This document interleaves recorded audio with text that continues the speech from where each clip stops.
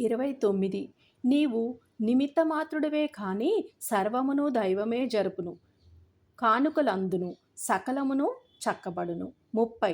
నిష్కల్మషమైన మనస్తోని సర్వులను ప్రేమించినచోని మీ పనులు వాటికవే జరుగును. 31.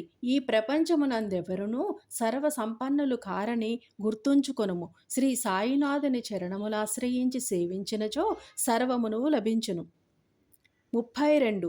వాదోపవాదములు వలదు, గురువునందు విశ్వాసముంచుము, అన్నియునూ చక్కబడును. 33.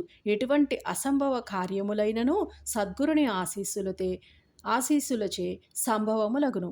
34. యోగ్యుల సలహాను అనుసరించవలయును. కొత్త ఉద్యోగ సూచనలు ఉన్నవి. 35. వృధా శోకమేల, వర్తమాన విచారము కేవలము మాయ. సత్య నిత్య ప్రాప్తికి సద్గురువులను ఆశ్రయించుము. 36.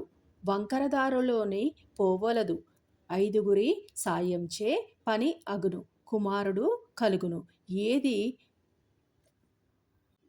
ఏది గాజో ఏది వజ్రమో పరీక్షించి తెలుసుకొనుట నేర్చుకొనుము. 37.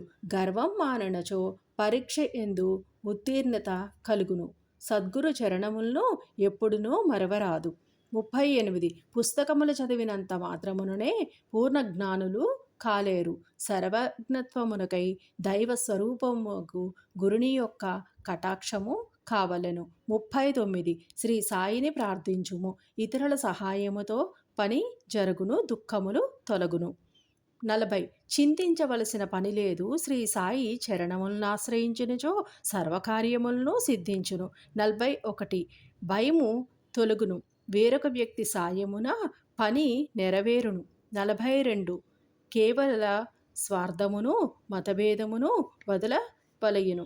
అహంకారమును విడిచి శ్రీ సాయి సుని చరణములను ఆశ్రయించినచో అన్నియును సరియగును.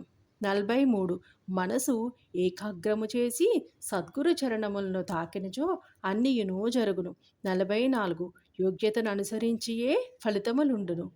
వయసు అనుసరించి ప్రవర్తించుట నేర్చుకొనుము. 45. పనికిమాలిన వృధా ఆలోచనలు మాని సద్గురువు చరణములను శరణు కోరినచో సమస్తము చక్కబడును.